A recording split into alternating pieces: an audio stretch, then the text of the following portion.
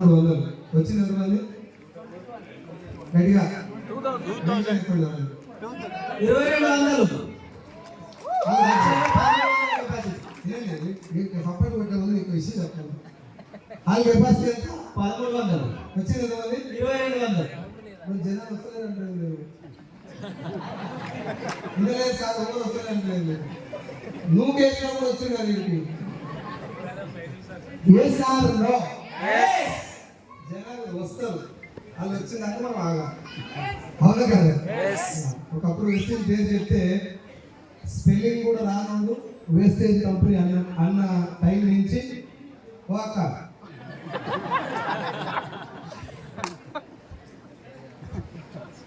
ఇవాళ వద్దు sir ticket అయిపోయినా చెప్పినా ఇవ్వమైనా రాని నేను వస్తా కానీ కాడికి వచ్చిందా ఇప్పుడు చెప్పండి మనం ముందుకు వెళ్తున్నావా వెనక పోతున్నాం అని ఎవడో భోజనకి గారు మనం చెప్పిన కంపెనీ ఎత్తేస్తాడు. కంపెనీ ఎత్తేస్తారా ఆయన ఎత్తేస్తారు. 2004లో గౌతమ్ సత్పుడు చెప్పిన కంపెనీ పోద్దని 2006లో చెప్పారు, 10లో చెప్పారు, 12లో చెప్పారు, 16లో చెప్పారు, 26లో కూడా చెప్తారు, రేపు పొద్దున 36లో కూడా చెప్తారు. చెప్పినోడు పోతారా కంపెనీ పోతుందా? ఏముంది పోతాను కంపెనీ. మనం ఏమైనా సొమ్ము దగ్గర పెట్టుకుంటే ఎత్తేస్తారని భయం అయిపోయింది. ఇప్పుడు మీ ఇంటికి ఒక అన్నోన్ పర్సన్ వచ్చింది, నేను గిరిదాకా పోయిస్తాను పోయినా పోరాటం అవునా? ఆడే మీ ఇంట్లో గంట చేతులు పెట్టుకొని గిరిదాకా పోయిస్తాను పోలీసు గంట మీదేమన్నా కంపెనీ దగ్గర కంపెనీదే నీ దగ్గర ఉంది. ఏంటి వాళ్ళ భవిష్యత్తు వాడుకో 10 మందికి చెప్పు అంటే సార్ ప్లీజ్ సార్ నా ప్రోడక్ట్ ఒకసారి వాడుకోండి మీకు నచ్చితే 10 మంది చెప్పండి అంటే ఆయన కొన్ని వందల కోట్ల రూపాయలు పెట్టుబడి పెట్టి ప్రొడక్ట్ తయారు చేసి అన్న ప్లీజ్ ప్రొడక్ట్ తయారు చేసి మనల్ని అడుగుతున్నాడు సార్ సార్ నా ప్రోడక్ట్ వాడండి మీరే నా ప్రోడక్ట్ ప్రమోట్ చేయండి. ఇప్పుడు రిస్క్ లో ఎవరు ఇక్కడ గట్టిగా చెప్పాలి ఇలా బాగానే చెప్పాలి. ఇప్పుడు వీళ్ళకి పోగానే ఇంటలేదు సార్ నా వీళ్ళ నువ్వు ప్రధానమంత్రి రైట్ అయిన ఆదాయ పోవాలని మంగళానికి ఆధార్ ఇస్తాను ఇస్తాను ఎందుకు వస్తాయి తెలుసా కష్టం ఎవరికన్నా.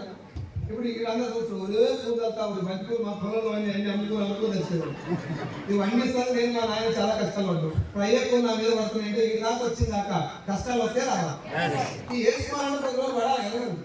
ఎన్నో చదువుతా ఇంకా వేరే వాళ్ళకు కనిపించుకోవా నీకు లేదా అట్లా ఏదో ఒక రోజు ఏం రావాలి నాకు కూడా కొంచెం చల్లాలంటే కొన్ని కష్టాలు అనుభవించాలి. చేశారు మీరు దాకా వచ్చిన తర్వాత నీ వాయిస్ లో బలం రావాలంటే కష్టాలు పడి రావాలి. నువ్వు లటక్కున వచ్చి కుటుంబం సక్సెస్ అయిన వరకు నువ్వు సక్సెస్ అయిన అని చెప్పినా ఇవ్వలేదు. ఇంకా ఇప్పుడు రామ్ చరణ్ ఎన్ని అవార్డులు కొట్టారు, ఎంఏ స్టార్ కొడుకు గామాత్రం చేస్తాడు అంటాడు అవునా కదా. అదే నాని ఇంకొక మంచి అవార్డు తెచ్చినందుకు మంచి చేస్తారు. Being poor having zero is not bad. Zero అనేది చాలా చిన్న స్థాయిలో ఉండటం అనేది చాలా లక్ అండి, అదృష్టం. మన నుంచే మొదలైతే మన చరిత్ర. ఇక్కడ కూర్చున్న అందరూ డిఫరెంట్ పొజిషన్ నుంచి వచ్చాడు కానీ బిజినెస్ వచ్చిన వాళ్ళు కొత్తగా వచ్చిన వాళ్ళు ఎంతమంది ఒకసారి చేయలేదు. కొత్తగా వచ్చిన వస్తాయి వెస్టేజ్ అంటే ఏం కదా అసలే వెస్టేజ్ అంటే జీరో నాలెడ్జ్ చేయగలండి. జీరో కొత్త వచ్చిన అంటే నలుగుతో చూస్తాం కాదు అర్థం లేచినట్టు అందరూ సార్ వెస్టేజ్ అంటే ఏం తెలియదు చేయగలండి. ఇప్పుడు ఆల్రెడీ వెస్టేజ్ లో ఉన్న ఒకసారి చేయగలుగుతాడు. ఇప్పుడు 3వ క్వశ్చన్ చాలా ఖతర్నాక్ ఉంది.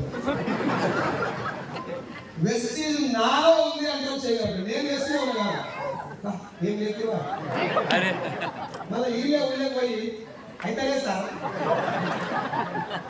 అయితే లేదు అయితే నువ్వు ఏమడుతున్నావు పోయి అయితే నా కింద నువ్వు నా కిందగా మళ్ళీ నాకు కింద వేస్తున్నావు ఇలా వేసుకుంటూ పోతానంటే పడతానే ఉంది. మీ తాత మూట పెట్టుకోండి పడతాయి సార్ ఎట్లా వెస్టేజ్ నీలో ఉందని ఎందుకు అడిగానంటే సార్ ఏమన్నా కానీ ఈ సగం పక్క ఒట్టకపోయినా పర్లేదు వెస్టేజ్ మాత్రం వదిలిపెట్ట అనేటోళ్ళు ఇలా 10% ఉంటుంది. మీరు ఎంత మస్తు చేస్తున్నారు అంతే కానీ ఈ స్టేజ్ అసలు మీరు వచ్చి ఏ మీటింగ్ అయినా పెట్టండి దేనికంటే వస్తావా చావో లేవో వస్తే నేర్చుకోవాలి అడిగిన అంటే ఊళ్ళో పోగానే ఏమో సార్ బాగానే ఉంటుంది ఊళ్ళో అయితే ఇంకా లేదా మాట వీడు మొత్తం వీళ్ళు లేపితే ఆడవాళ్ళు పోతారు. ఊళ్ళో పోగా వీడు నెలలు ఎగుతాయి అయ్యే నెలలు ఊళ్ళో పోయి మూడేస్తారు మోటివేట్ కావాలా, ఇన్స్పైర్ కావాలా? ఇన్స్పిరేషన్ ఒక్కసారి లింగం ముట్టిస్తే అడుగు తగ్గట్టు. మోటివేషన్ అనేది బుగ్గ లెక్క ఉంటుంది, ఊళ్ళో దబ్బలాలు ఎన్నోటి ఎంతమంది బడి మీ ఇంట్లో మీ ఆయనే పట్టుకొని అడిగి ఉంటావు గొంతులు కదా వచ్చిన ఎంత వచ్చింది నెల 150 రూపీస్ అని నువ్వు చెప్పాను సూచి పుట్టుకుని కూర్చుంటాడు. ఇక సైదుల్ సార్ లేపే, ఎంఎస్ సార్ లేపే, మూర్తి సార్ లేపే, ఈ వరంగల్ టీం అందరు కలిపి నేను లేపింది మీ ఆయన ఒక్కసారి తెచ్చుతాడు. అదే మీ మేడం ఒక్కసారి నువ్వు పోయి అన్నా అనుకునే ఇలా అంబేద్కర్ భవన్ మీటింగ్ పోయినా ఎప్పటి నుంచి నరుకుడే అన్నా అనుకో నువ్వు ఏమని చెప్పుకోవాలి అర్థం కాక బాత్రూమ్ పోయి కూర్చొని ఎత్తి చేసి నా పిల్లలైన మాట నేను ఇక్కడ కూర్చున్న ఆడబిడ్డలందరికీ జెంట్స్ అందరికీ మాట చెప్తున్నాను. భార్య ఎంకరేజ్ చేస్తే భర్త చాలా బలవంతుడు అవుతాడు. నేను చాలాసార్లు నా పిల్లలు నాకు తెలిసి కొడతాను, సప్పట్లే కొడతాను. మీరు సప్పట్ కొట్టి మళ్ళీ అవతల పోయి అయితేనే సార్ సప్పట్ లేవు. నాకు 3 నెలల్లో 47,000 చెక్ వచ్చింది. 13,000 అప్పుడు జాబ్ వదిలేస్తే 47,000 చెక్ వచ్చినప్పుడు మా మిస్సెస్ అన్నది అన్నట్టు 11 నేను తింటేనే అనుకోండి 50 వస్తాయని చెప్పి 47 వచ్చింది.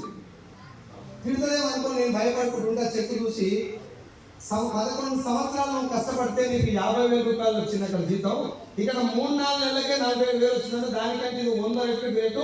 నువ్వు చేయి ఏం కాదు బిజినెస్ అంటే పిల్లలు ఎంకరేజ్ చేయదు, అస్సలు చేయదు. మొగలు కూడా ఎంకరేజ్ చేయదు. భార్య భర్తల మధ్యన ఈ లోకం మొత్తం ఇప్పుడు నాకు పూజ లేదుగా నా పిల్లలు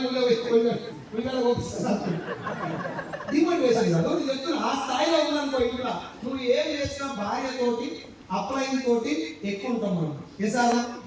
అప్లైన్ ఎంకరేజ్ చేయకపోయినా ఇంట్లో భార్య ఎంకరేజ్ చేయకపోయినా లైఫ్ ఖరాబ్ అయిపోతున్నాం. భార్య అయినా భర్త అయినా వాళ్ళు ఏం చేస్తారు తను పక్కన బుధం మీద చేసి నువ్వు తలుచుకుంటూ చేస్తావు, దాని దగ్గర కష్టం అని ఒక్క మాట పెట్టు. ఎక్కడ లేని బలం వస్తాను. ప్రపంచం మొత్తం తిట్టిన పిల్లలు ఎంకరేజ్ చేస్తే పవర్ ఎక్కువైంది. మన దౌర్భాగ్యం పిల్లలే తింటారు. నచ్చ అన్నావు అనుకో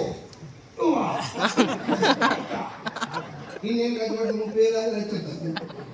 ఉన్న మొత్తం వ్యక్తి మొత్తం బుష్ అని. కాబట్టి ఆడబిడ్డలు అందరూ రిక్వెస్ట్ ఏం చేస్తున్నా అంటే మీ హస్బెండ్ మీద మీకు ఏ వెళ్ళిపోవడం ఉంది ఒకటే మాట, నువ్వు అనుకుంటే చేస్తావు చెయ్యి, దాని తగ్గట్టు కష్టపడు అని చెప్పాలి. సేమ్ హస్బెండ్ కూడా అంతే చేస్తారా అట్లా ఈ సేమ్ వెళ్ళిపోయినా చెప్పడం ఉంది. అన్న గట్టిగా సపోర్ట్ పెట్టాను ఎవరు తెలుసా, వాళ్ళ వైఫ్ ఆయన ఎంకరేజ్ చేయదు. పక్క కనెక్ట్ అయింది తమిళ మర్చిపోయింది కర్మంలో అక్కడ బయట వస్తుంది. ఎందుకంటే ఆయన ఒక్క సింగిల్ వచ్చినట్టుంది, డబ్బులు వచ్చింది. రెడీ ఎంతసేపు మాట్లాడాలి